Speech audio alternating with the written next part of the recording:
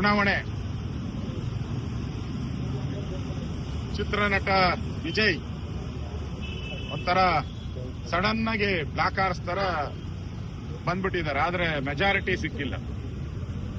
ಈ ಕಾಂಗ್ರೆಸ್ ಏನಿದೆ ಇವರೆಲ್ಲ ಎಲ್ಲಿ ಊಟ ಸಿಗ್ತೈತೋ ಅಲ್ಲಿ ಓಡೋಗೋರು, ಯಾರ ಮನೆಯಲ್ಲಿ ಊಟ ಚಂದಾಗಿ ಸಿಗ್ತೈತೋ ಅಲ್ಲಿ ಓಡೋಗೋರು.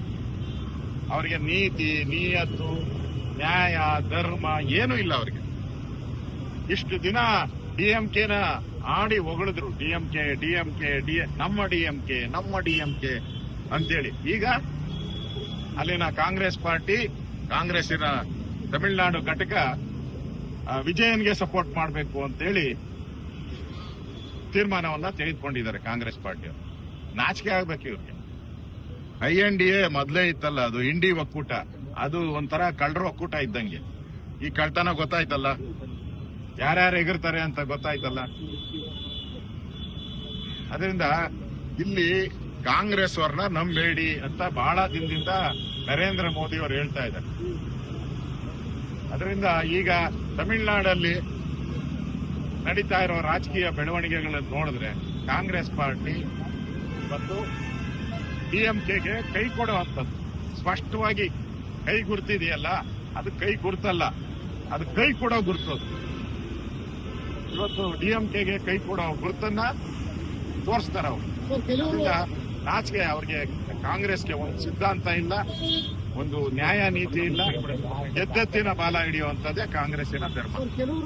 ನಮಗೂ ಗೊತ್ತಿಲ್ಲ, ಸೆಕೆಂಡೋ, ಥರ್ಡೋ, ಫೋರ್ತೋ ಈಗ ಅನೌನ್ಸ್ ಮಾಡಿದಾರಲ್ಲ, ಚಿನ್ನ ಕೊಡ್ತೀನಿ, ಗ್ಯಾಸ್ ಕೊಡ್ತೀನಿ, ಸಂಬಳ ಕೊಡ್ತೀನಿ, ಸೀರೆ ಕೊಡ್ತೀನಿ, ವಾಲೆ ಕೊಡ್ತೀನಿ, ಜುಮ್ಕೆ ಕೊಡ್ತೀನಿ ಅಂತೆಲ್ಲ ಹೇಳಿದ್ದಾರೆ. ಒಂದು ವರ್ಷ ಬಿಡಿ, ಅವೆಲ್ಲ ಕೊಡ್ತಾರ ನೋಡೋಣ. ಆಮೇಲೆ ಫಸ್ಟ್ ಸರ್ಕಾರ ಮಾಡ್ಬೇಕಲ್ಲ, ಸರ್ಕಾರಕ್ಕೆ ಅವ್ರಿಗೆ ಬೆಂಬಲ ಎಲ್ಲಿಂದ ಬರುತ್ತೆ, ಕಾಂಗ್ರೆಸ್ ಅವರು ಯಾವ ರೀತಿ ಅವ್ರಿಗೆ ಬೆಂಬಲ ಮಾಡ್ತಾರೆ, ಇದೆಲ್ಲ ನೋಡೋಣ. ಅದಾದ್ಮೇಲೆ ಅದಕ್ಕೆ ರಿಯಾಕ್ಷನ್ ಮಾಡ್ತೀವಿ ನಾವು. ಒಟ್ಟು ಡಿಎಂಕೆ ತೊಲಗ್ತಲ್ಲ, ಹಿಂದುತ್ವವನ್ನ ತೊಳಿತೀರಿ ಅಂತ ಹೇಳಿದಂತ ಡಿಎಂಕೆ ಅವರ ಮಗ ಯಾರು ಸ್ಟಾಲಿನ್, ಅವರ ಸುಪುತ್ರ ಉದಯ್, ಅವ ಹೇಳ್ದಲ್ಲ, ಇಬ್ರು ಸ್ಟಾಲಿನ್ ಮನೆಗೆ ಹೊರಟೋದ. ಹಿಂದುತ್ವದ ವಿಚಾರಕ್ಕೆ ಬಂದ್ರೆ ಯಾವ ಗತಿ ಆಗ್ತೈತೆ ನಿಮಗೆ ಅಂತ ಹೇಳಿ ತಮಿಳುನಾಡು ಜನ ತೋರಿಸಿದ್ರು.